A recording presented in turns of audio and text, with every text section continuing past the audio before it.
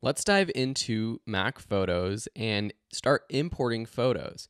So if you open up Mac Photos, you probably won't see all the photos like I do here, and this is because I've imported photos in the past. If you've downloaded the practice photos from the last lecture, you will have this folder of a lot of RAW and JPEG images we'll be working on in this course. To import, go up to File and then click Import, or press the keyboard shortcut Shift-Command-I.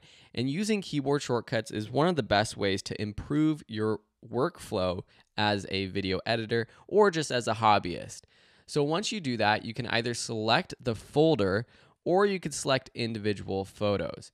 If you select the folder and then click Review for Import, it will bring up this new window where you can review the photos that you want to import. Now I'm going to make this full screen just by dragging this over to the right so we can see all of our photos more clearly. And so what I can do now is just click on individual photos that I want to use, or I can import all of them. If I don't have any selected and I just click import all new photos, that's what will happen. Now, there are a couple other things that I want you to keep in mind to help with organization, and that's one of the key things as a photographer and an editor. You want to be organized. If you want to just import into your Mac Photos library, which is basically all of your photos, and you can organize them and view them in certain ways, which helps find specific photos by date and things like that. But it's better to keep them organized with albums.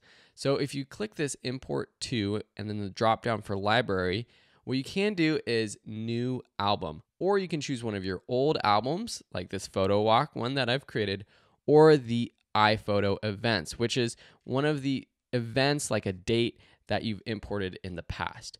I'm going to click new album and I'm going to call this Mac Photos course.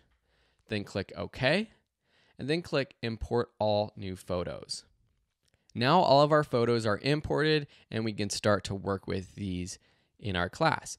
If you want to learn how to import from a camera or directly from your smartphone, your iPhone via iCloud, I'll be showing how to do that in the next couple of lessons.